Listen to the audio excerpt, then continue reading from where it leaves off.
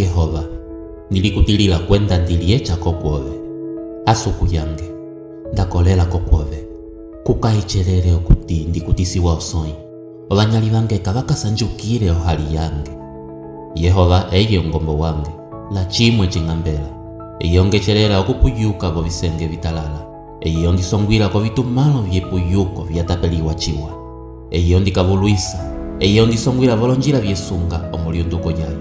Ndang'ongendela bochimbota chowelema walwa, la chimwe chivi ndiyokokela. Momo ove okasilame.